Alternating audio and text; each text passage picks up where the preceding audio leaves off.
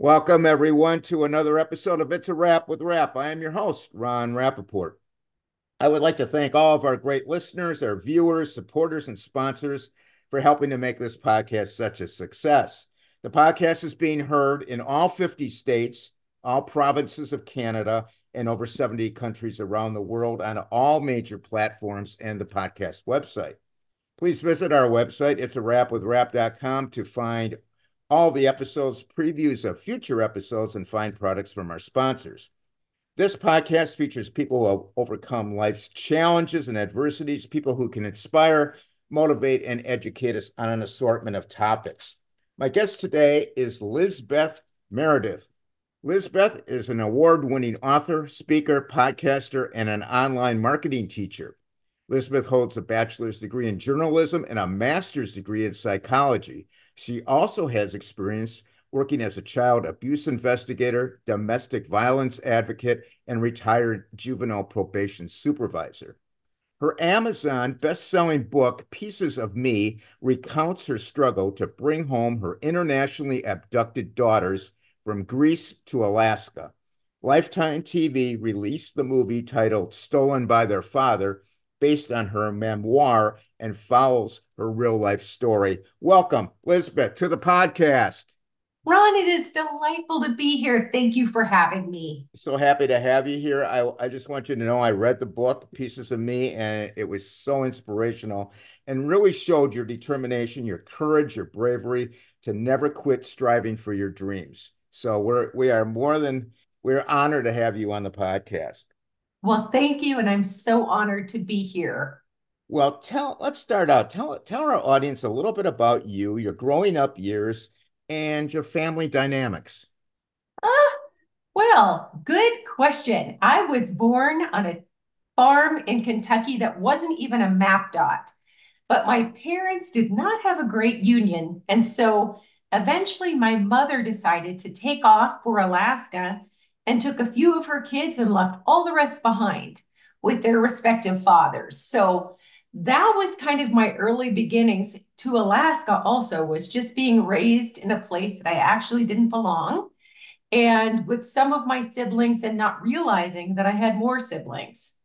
And what I knew for sure was that I wanted something different. As I got older and I could see kind of the mess that our family was, I thought, I will one day get married. I will not expose my kids to divorce. There will be no parental abductions like I had been a part of. There won't be a name changed for my kids. I will have everything in the family that I create that I didn't have growing up. Unfortunately, I didn't do any work to back that up. And so I got married fairly young, didn't know much, and a few years later was looking for my own kidnapped children who were across the globe. Let me ask you a So, question. Mom went to Alaska. You said she yes, went with a couple of you, right? You were one of them. some of her kids, she liked the girls. She had girls children and boy children. She left the boys behind. They had no idea she was leaving, and their fathers, my dad and my sister's father, had no idea that we were How going to be taking off. how old were you when that happened? I was two. I don't remember it, of course, Yeah. but I was a toddler. My sisters were older, Hmm. and away we went. But then kind of started getting rid of the girls also. So none of us stayed with our mom until we were 18. There was always some reason that she would either disappear or the girls would disappear. It wasn't that she wanted to be with us, it was that she wanted to make sure the fathers didn't have access. And Uh, is there any reason she picked Alaska? Alaska back in the day, and I would say to a lesser extent today, it's a perfect place to go when you're hiding from something.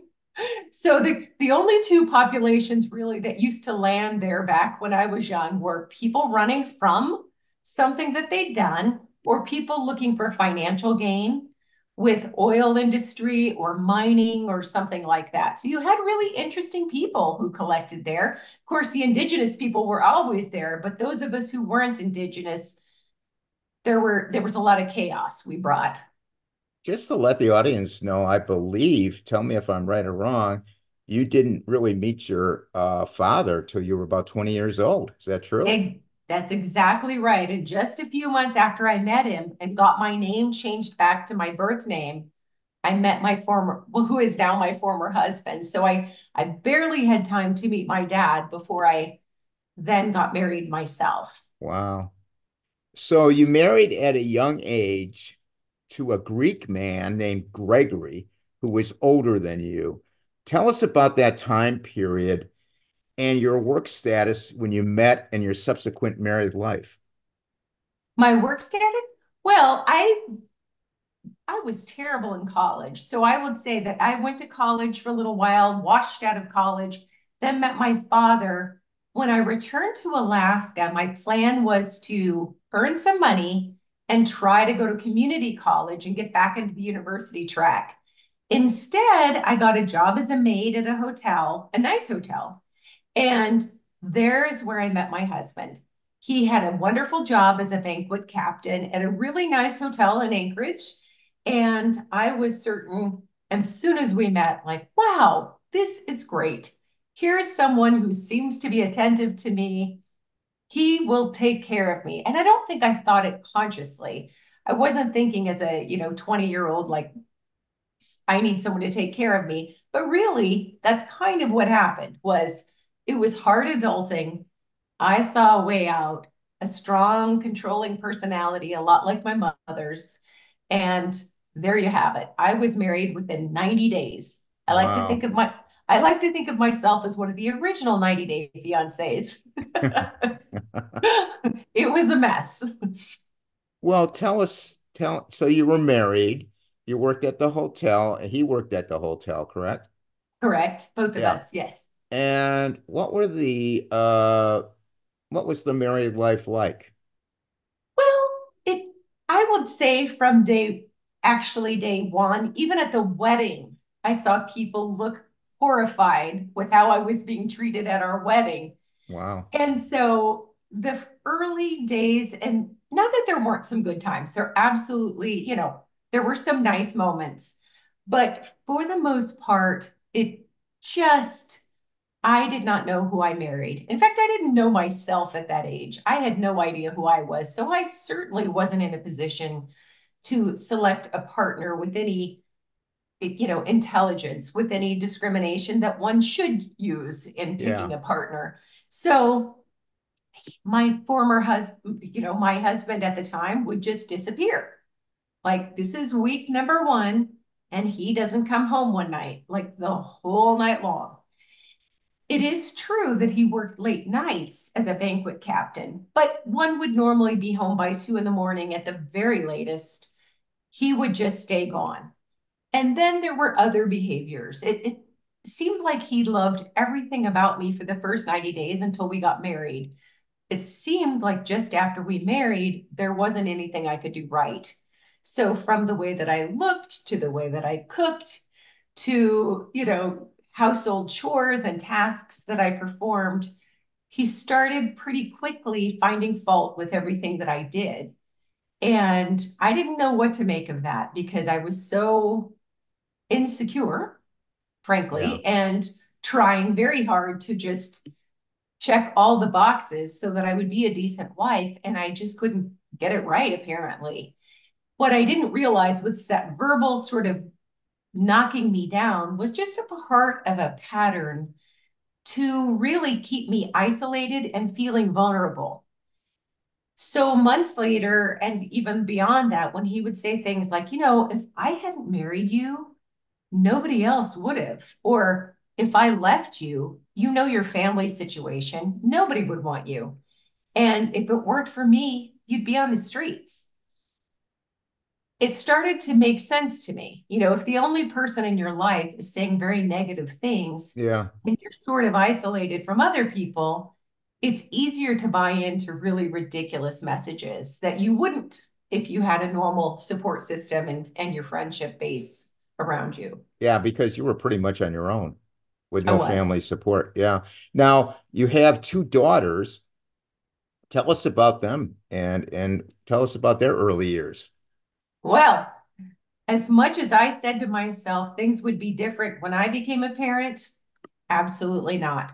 So anything I had been exposed to as a child that I thought was dreadful, it seems like it was multiplied for them.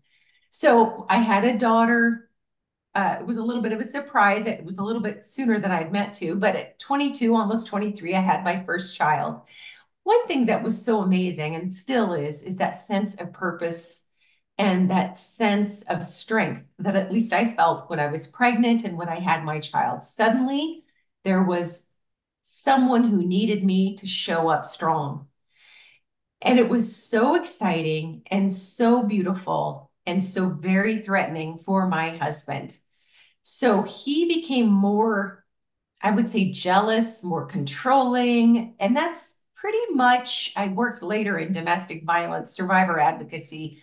That's pretty much something that you see in relationships where there's a lot of control is a person who's threatened by another can be threatened by a child, can be Yeah, threatened by the attention that is taken away from them. So while I was thrilled, he was not, he loved her. Don't get me wrong. He loved our daughter, yeah. but it seemed that he felt very threatened by her. And then we had a second child, and I was so excited, another little girl about 18 months later. And that was, that really escalated things. So the marriage goes downhill. I know there was domestic abuse on Greg's part. In 1990, what was the final straw that made you decide to leave your husband?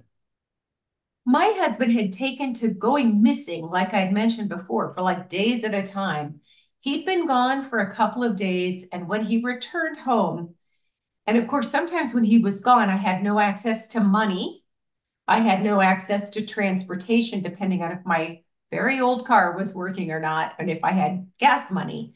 So it was very isolated. We got into an argument that escalated quickly when he returned home. It ended with me being strangled. But spoiler, I mean, rather trigger alert for people who don't, who aren't prepared for it. But, I got injured in front of my oldest daughter. She was 2. And it was dire. It wasn't the kind of thing that was like a little push or a shove or a slap, something like that. I mean, literally, I could not breathe. Yeah, And so I made a decision at that point when she was watching and screaming that maybe I thought I deserved it, but I knew my children, my daughters deserve better. sure. And so I started the process that day. It was March 5th of 1990, started the process of leaving.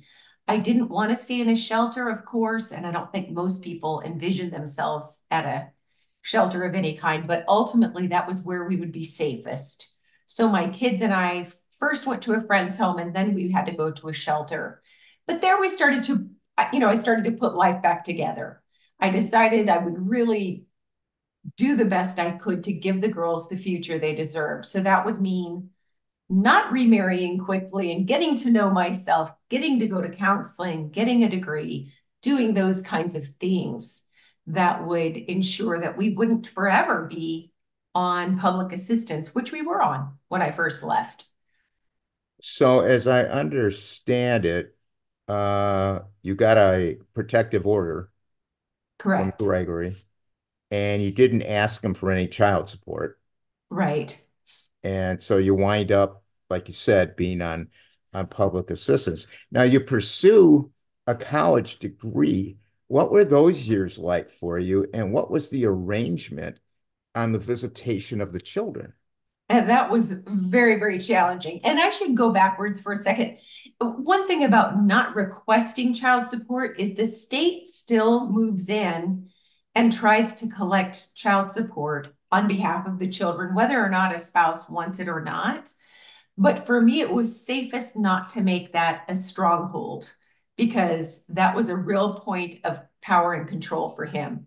So I ended up on public assistance, enrolled in college, got a Pell Grant, and we stayed in subsidized housing that was really pretty scary. And, but at least we had a place to land. And sometimes there would be periods of time where my kid's father would visit and things seemed to be okay. For the most part, not so much. He would visit sporadically, but when he did, it was very impactful. He would do things like tell the kids as they got a little bit older, your mom's going to die, and then she's going to hell. Your mother's going to meet someone else. She will not want you. Your mother is going to leave, just kind of getting them ready for something horrific. Very horrible. What a horrible person, really. The kids were in play therapy at that point, just, sand tray therapy, state subsidized, Medicaid approved children's counseling. I was in therapy, but I couldn't stop that from happening. I couldn't control what happened when I wasn't there. And so the kids would come back scared. They would come back with difficulty sleeping, and they wondered those things that he put in their heads. Would I Sure. leave? Would I meet someone else and never look back? Yeah. So I left in 1990. In 1992, I got my college degree in journalism. So I'd had a couple years college before he and I married, got my degree in 1992, and I got a job working with domestic abuse survivors, which I loved the job, same place that I had gone to myself. What I didn't realize about domestic abuse is that it doesn't end just because someone leaves a relationship. It really can escalate when the person who is being victimized starts getting stronger. That's the threatening part. It's not like, oh, low self-esteem means you're going to be abused. Rather, it is the more sometimes the more that you show independence and Yeah. autonomy, the scarier it gets. So I got my degree, got this wonderful job, and things only got worse Well, for my kids and for myself. because he really resented the fact that you were on your own doing well. Correct. Yeah. Absolutely. Yeah. So March of 1994, Greg takes the kids for visitation and they never come back. And you understand that he leaves for Greece with the girls. The Correct. kids were 4 and 6. You have no real family support. And with the help of friends, you set off on the journey of getting your kids returned to you. So tell us about the hurdles you faced dealing with the authorities of the United States and Greece, and how you afforded the task and how you coped against all the odds of getting them back. From what I understand, more than half of the kids abducted out of the country by a parent never get them back. Back then, that was definitely true. Back then, for sure. They left the country. More than half of us wouldn't be seeing them again. So I will say this, none of the things that I had to do to get my kids back from a foreign country were done on my own.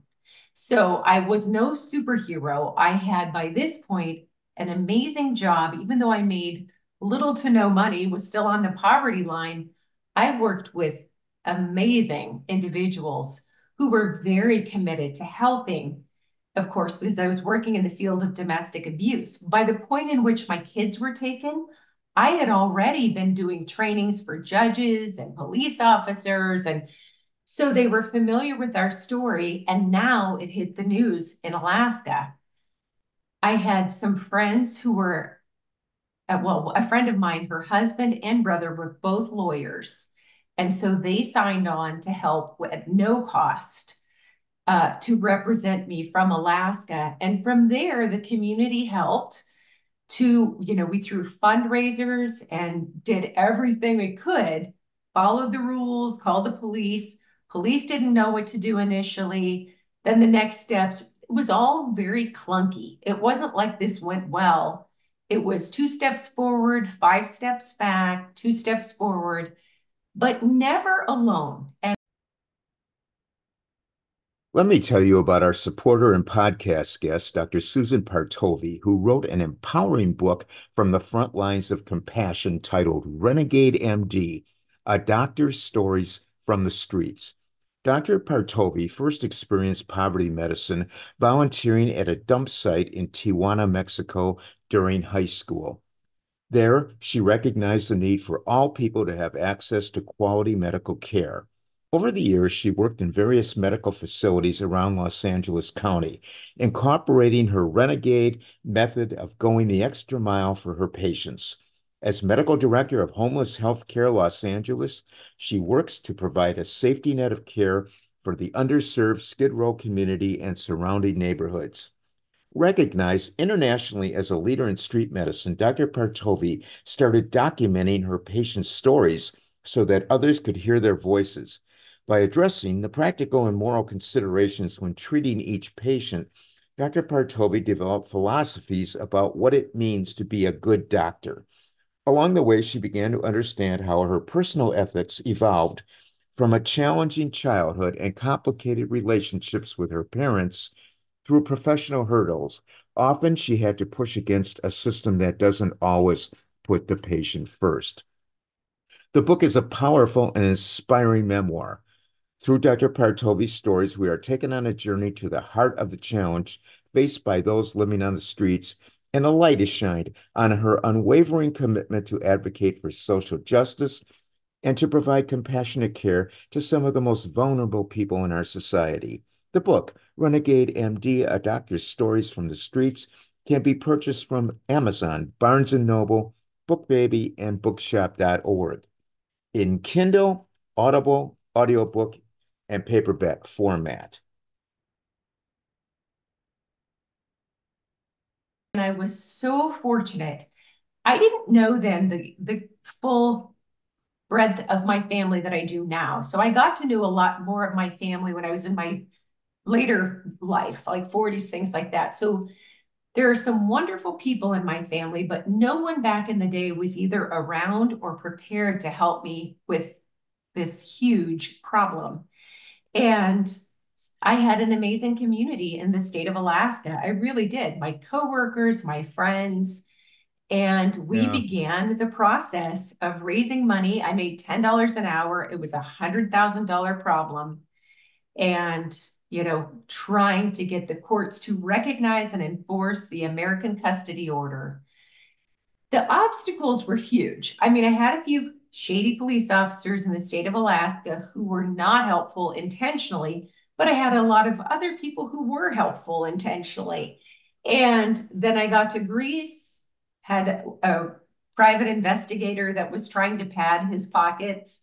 There are those kind of things that happened. yeah, Yeah, I got arrested at one point because my former husband said I had kidnapped our children. So I was arrested in a foreign country. yeah. We're going to But get into that. Yeah. ultimately, I met more amazing humans than I did bad ones. And I Well, still have good friends in Greece to this day. There's some awesome people. it was almost divine intervention that you got a job where you did, and you had that support system that you could call on, Absolutely. and that support system, they were attuned to that kind of thing, so they immediately stepped in, which is great. They were Because amazing. had you been working like in someplace else, it probably wouldn't have happened as it did for you. Now, Elizabeth, I know there were two trips that you made to Greece to recover the girls. Please tell us about those trips, but hone in especially on the second trip where you visited them at school and the decision you were forced to make to get the girls home. I surely loved. Well, I will say it was scary to travel alone.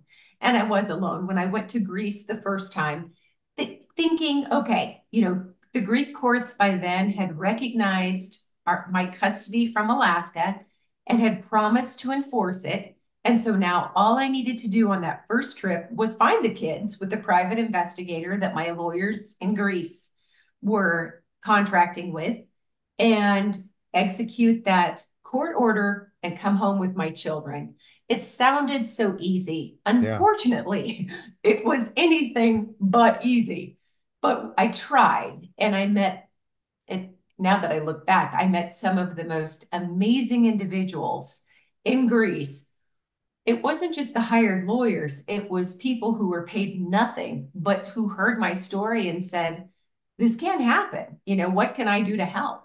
Yeah. And so it was amazing. And if it weren't for meeting those people, I still wouldn't have my children back, probably.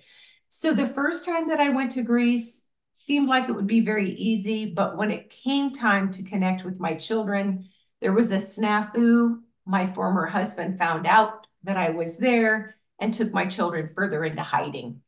So I was there for several weeks, but I still couldn't get my kids back.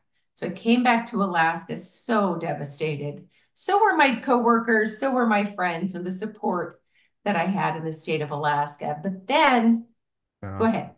well, how do you think Greg knew that you were in Greece?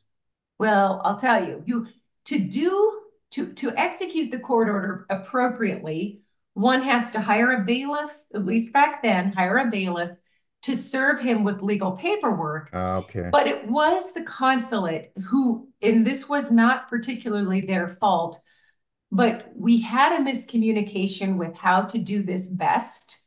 And so one of my lawyers had said, hey, call the consulate and ask them to help find which school the kids are at. Unfortunately, the person at the consulate was so helpful. She let the people at the school know that, hey, the mother is basically here looking for, I mean, it was just a mess. Yeah. It seemed like the right thing to do, and it probably in another circumstance would have been perfect, but she didn't have the right information and just absolutely accidentally tipped him off. Yeah. So away they went. My children were again forced further into hiding from the school that they had just become familiar with. So they'd been ripped away from their mom and their country, their food, their language, their friends. And now again, we're ripped away from what they'd come to know and went further into hiding for another year Wow. until I came back the second time. Well, after that first trip, you must have been devastated. Devastated, extraordinarily broke, a little bit more hopeless. And of course, with me not having much money, my lawyers got upset with me in Greece, not the free ones, and had quit at one point and said, we're not doing this anymore. I can't honestly blame them because they have to pay the bills also. So it was just a mess. I offended them by being too headstrong. There were just so many problems. But back I went to Greece and got a different private investigator. And when I finally had the opportunity to meet with my children, of course, it'd been a couple of years and they weren't speaking English anymore. Yeah. So I had to use my little pathetic Greek, you know, and try to cobble together some sentences when the first time I saw my children at the school to let them know that I loved them, that I had been looking for them, and that it was so good to see them. And that was all I could say because I didn't know what the future And held. they recognized you right away. They did. They did. At first, it was great, and then it looked like it scared them. And my youngest had been told that I had died, so it was like seeing a ghost for her. It was scary at Yeah. first, Yeah. but they warmed up to me. They did. They warmed up to me. So Uh, so you have to make a decision how you're going to get them out of Greece. Correct. And what was that decision that you were forced to make? It is, ultimately, I had to decide I either leave these kids behind in this country and the way that they are living now, and it was not good. It was very clear to me when I saw them physically that they weren't doing that well. Right. But ultimately, I had to make a decision to either leave them behind and go home safely or take them with me and sneak through the border to get to Turkey Hmm. and find my way home. And I've always been a rule follower, and we tried to do everything so very legally, but it did not turn out in our favor. So I took the second option, and with the help of some friends that I made in Greece, put together a plan so that the kids and I could go to a small island in Turkey and then make our way home. Didn't the teachers at that school where you met them, didn't they pretty much tell you? get them out of here? Yes. And that is so shocking because what I'd always been told about Greek people by Greek people is that, hey, this is a clannish bunch we are. We always stick up for our own. But my former husband was not treating the girls well, and they didn't show up to school often, and they were doing poorly in life. And the teachers were very committed to the fact that the children needed to be with their mother. I should take them immediately and go. Did you know you can sell your life insurance for immediate cash? 85% of people have no idea this is even possible. Also, did you know that 92% of life insurance policies never pay a death claim? A life insurance policy is considered an asset that you own, meaning you, the policy owner, can sell it for a lump sum cash payment known as a viatical settlement, which is tax-free and non-regulated, meaning you decide how the money is spent. A viatical settlement pertains to people living with a serious or chronic illness, such as cancer, heart disease, Alzheimer's, or AIDS, with no age restriction. For others who do not qualify for a viatical settlement, a life settlement may be an option if you qualify to relieve the burden of having a policy you may no longer need or serves the original purpose it was purchased for. Studies show that 42% of new cancer patients deplete their life savings during the first 2 years of treatment. Cancer patients are twice as likely to declare bankruptcy as those without the disease. Life Insurance Buyers Incorporated, based in Kansas City, Missouri, owned and operated by husband and wife team Greg and Lisa Albers, are licensed viatical and life settlement brokers that act as a fiduciary to protect the best interests of you, the policy owner, in the life settlement process by creating a competitive auction with licensed buyers to deliver the best value to you, the seller of your policy. Greg has been in the life insurance industry for over 50 years and has done over 3,000 of these transactions over the years. When you contact life insurance buyers, you will work with Greg or Lisa, never a third party. Life insurance buyers are licensed in all states that require a settlement license. And more importantly, they only work with providers and buyers who are licensed as well, which means life insurance buyers adheres to all of the state regulations set forth by the insurance industry in every state. In determining whether a settlement is a good option for you, it is important to understand the difference between a settlement broker versus a settlement provider. A broker represents you, the policyholder, and the fiduciary responsibility is to you to present your policy to all licensed buyers and obtain the highest offer possible. A settlement provider represents the buyer of the policy, and their goal is to purchase the policy for a minimal price, which does not benefit you, the seller of your policy. Life insurance buyers can broker virtually any type of life insurance policy, including group, term of convertible, whole, and universal life. Not every policy can be sold.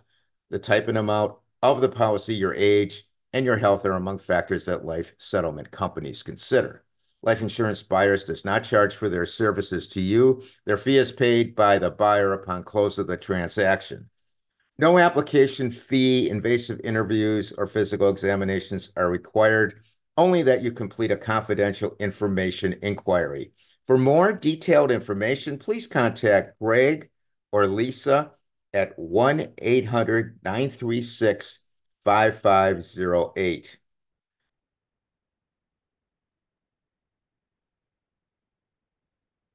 Yeah. Now, on May 24th, 1996, you arrive home in Anchorage, Alaska with your daughters. Describe that day to us. It was amazing. I just had such fabulous support. So, we had no money to get home. So I had a dear friend who was my boss. She was no longer my boss. She'd moved on, but Heather Flynn, she'd sent tickets so that the three of us could come home. And we flew home to a hero's welcome. We really did. The news cameras were there, and the children were like, we were all kind of shocked and tired and freaked out and traumatized. But oh, that day was extraordinarily beautiful. It That had was. It that was had to be so the best day in exciting. your life. It really was. Yeah. Tell us about those people in Alaska in regard to helping you. I mean, they just sound like magnificent people. What are the people like in Alaska? Now we have people in Alaska listening to the podcast, so tell us about them.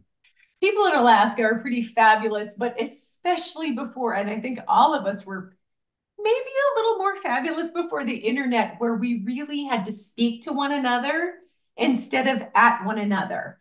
And so, Alaska in particular, if you can imagine, like, here's a place that it's just hard to make it through the winter. And a lot of people are away from their families who live in the other parts of the United States. So we become a pseudo family for one another.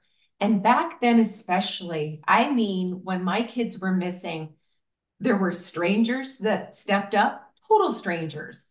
There were, my boss, like I said, Heather, and all of my coworkers at the crisis center, the lawyers, people from legal aid, all kinds of people really stepped up to say, what can we do? This thing has happened to you. But so did Greek people. Let me be very clear. I met amazing, generous, and kind people who I still am in touch with to this day, who did the unthinkable. They live in Greece, so it's their lives that they were putting at risk to Yeah, step up, but they did because they wanted to help. it's an amazing story. Now, what inspired you to write the book, and what was the reaction of your family members to your ordeal? And do you have any relationship with them? And do your girls have a relationship with them? Such good questions. Well, I knew, like you and I talked about, this was not a typical reaction necessarily to a crisis. I felt like people's ability to help took some welfare mother, barely off welfare, and enabled, I was still in my 20s when my kids were kidnapped, and enabled this person who was on her own to be able to do what was unthinkable and get her children back and give them a future that was certainly bumpy. I mean, they came home, I was a hot mess, but it gave us the potential to have a future. And so I knew that, like, I was a journalism major in college. I've always loved story. I love good inspirational stories. And I knew mine was one that would have benefits for its readers. So I knew I would write the story. I didn't know it would take 20 years. It did. It took me 2 decades to get it Yeah. I mean, I started and, I was about 30 and I was 51 when it was published. But I will say, for the most part, of course, by then I'd gotten to know my father's side of the family by the time the book came out. Not all of them. Met more siblings. And I feel like a lot of the time I had support from family. And I'm so lucky for that. But of course, not everyone was thrilled. My mom she was long out of touch by then, but I heard through the grapevine and then later through her behavior that she was very, very, very unhappy. Um, I had a sibling who was super upset because she felt like she was portrayed in an unflattering light. But for the most part, family was amazing, amazingly supportive. My dad's side of the family, many of them felt so bad that they didn't know me, that they didn't know what I was going through back then, So, but it was exciting. I had a wonderful book event in Kentucky, one of the many book events that I got to do back in the day. And I met one of my final brothers that I'd never met before. And at this point, I was maybe 53 Wow. and I'd never seen him before. And he has since passed. I knew then that this would probably be the first and last time I'd ever see him.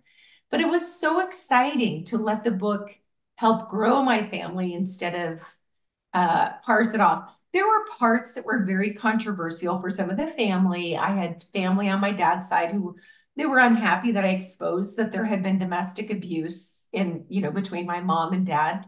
Yeah. But some were not unhappy about it at all. It's just a fact. My dad was very inspirational to me, but because he was someone who said, I did this thing that was wrong back in the day, and I should have never done it.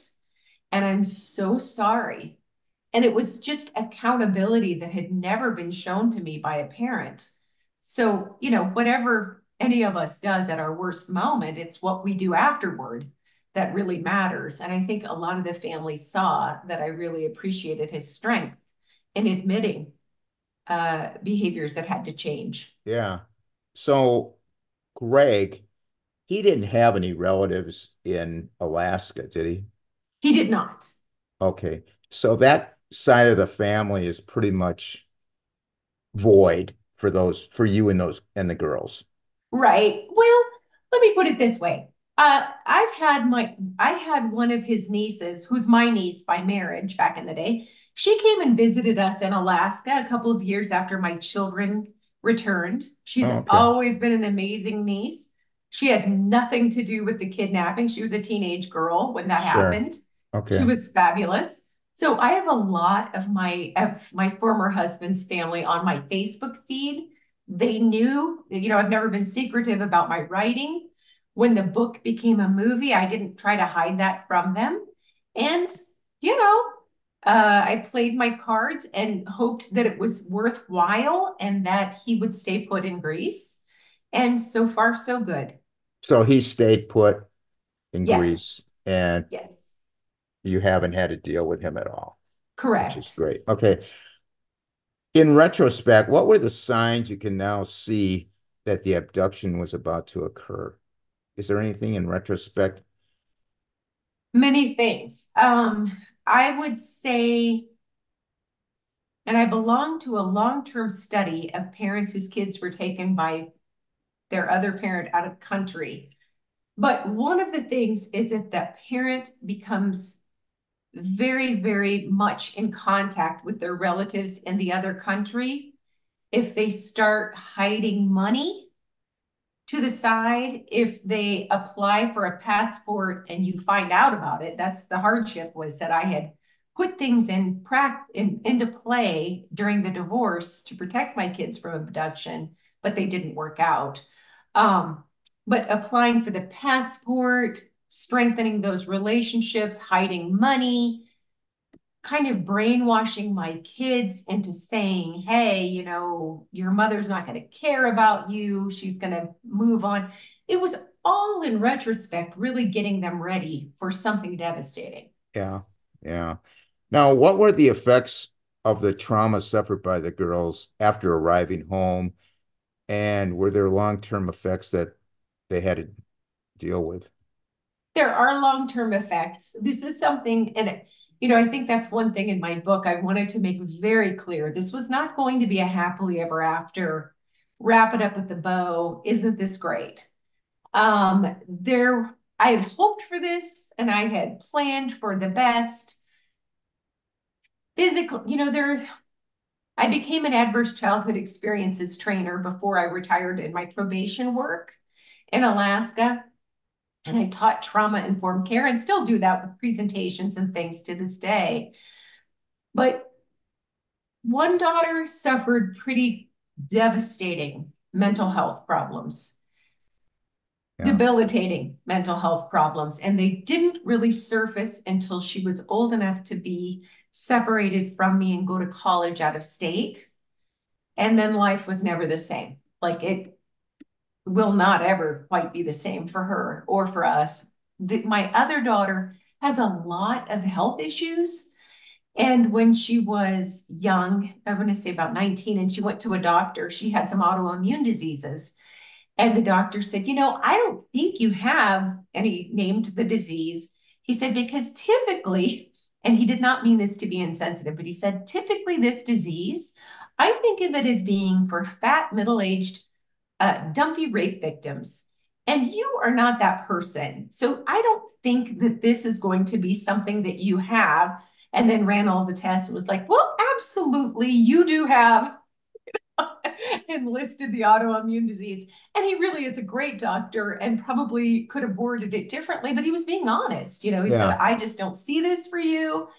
But so both daughters do manage, they manage as well as they can, but sometimes it's harder than others. And so, therapy, EMDR, cognitive behavioral therapy, trauma releasing exercises, a lot of different things help, Yeah. but they will always idle high. They don't feel that sense of safety that comes when you have parents, when you grow up in a home that's safe. They don't Yeah. have that. Yeah. And so I think they have a lot of cortisol still that kind of floats through their bloodstream and it creates its own problems. Lizbeth, how are you doing now? Good, thank you. I mean, really well. Things are not perfect, but pretty awesome. I get to see my daughters in a few weeks. We're going to meet in Hawaii Oh, together, so I'm wow. really excited about this. I'm a true crime interviewer today, so that I interview survivors of crime and help make documentaries about their experiences. So I get to use that skill set that I didn't always use in my human service work. And, I got an advanced degree in psychology, but now I'm going back to my journalistic roots and I love it. And I write, I published another book a few months ago and am working on my next. So I still enjoy doing that and I podcast. I did move to East Tennessee and it has felt great to make a choice. Now that my kids are in their mid 30s, I can do what I want to do. And while I still have my original teeth and hips, I should try some new things. So that's what I decided to do. So you don't have to brave those cold winters anymore. Well, exactly. Not as long of cold winters, although Yeah. this winter it is cold. Yeah. Yeah. This I winter brought it it. is. It is. Elizabeth, how much did your faith play into you never giving up and persevering on? And what words of advice do you have for our audience, for those out there that are struggling to overcome their life's challenges? I think you said you're not a superhero. I think you're a superhero in my book, and I'm sure you're a Thank superhero you. in everybody's book listening to this, because what you went through and what I read, you're a hero. Okay. I was going to leave it at that. But what words of advice do you have for those out there struggling to overcome their life's challenges? What can you tell them? Thank you so much, Ron. I appreciate that. I would say none of us can get through this life alone. And so just knowing whatever you are going through, someone else is out there having gone through the same experience or is about to go through that same experience. And whether you find formal support groups or some sort of community-based counseling or faith-based, whatever you find, if you don't find a community, then create it. But doing it alone, it's just impossible. Even if you're an introvert, we are all pack animals and we need each other. And it is very important for people to realize that they don't have to go through their struggles alone. I would say if one sort of intervention doesn't help, keep trying another. And I think that's why I wrote my second book called Grounded in Grit, because I want people to afford themselves whatever time they need to heal, to get support, to learn to maintain that support, and then to double back and give to the next set of people who are going through something similar.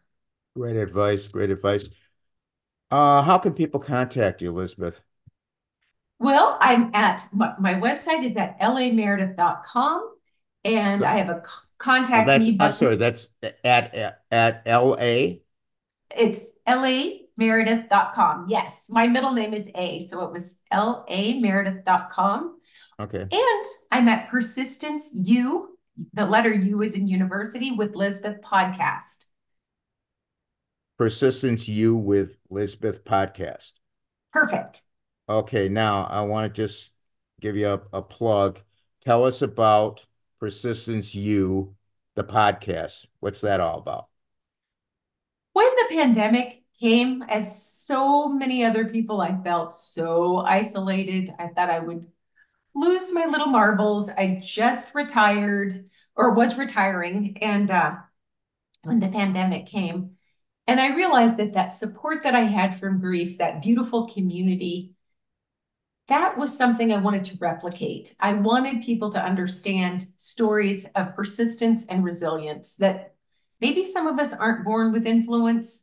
We aren't born with amazing connections or talents or whatever, but in community and with persistence, there's not a lot we can't do. Right. So the podcast kind of takes on that theme.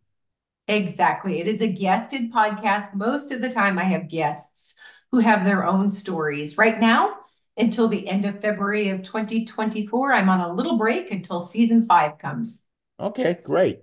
I'm going to include that information in the podcast notes so everybody will have that should they need that. I want to thank you, Elizabeth, for being on the podcast and being an inspiration to our audience that anything is possible if you seek help and do not quit. Now, you're an overcomer, a hero in my book. I wish you good fortune and good health for you and your daughters going forward, and just all the best in the future. And maybe what we'll hopefully have you back and we'll talk about the new book that's coming out. And once again, thank you for being on the podcast. Thank you so much, Ron. I have really enjoyed it. I Well, appreciate great. you. And we enjoy talking to you. Comments and suggestions for the podcast, you can email me at it's a wrap with rap at gmail.com, or you have a Facebook group, It's a Wrap with Rap. We have a couple thousand people there. Instagram, It's a Wrap with Rap podcast. We are on X, or formerly Twitter, at Rapper, WRAPPER 130. Our website is it's a wrap with rap.com, and we have a YouTube channel. All the podcasts, all the episodes are on YouTube. It's a wrap with Rap, the podcast uncut. I want to thank everyone for listening or viewing. I want everybody to please stay safe. And for now, it's a wrap.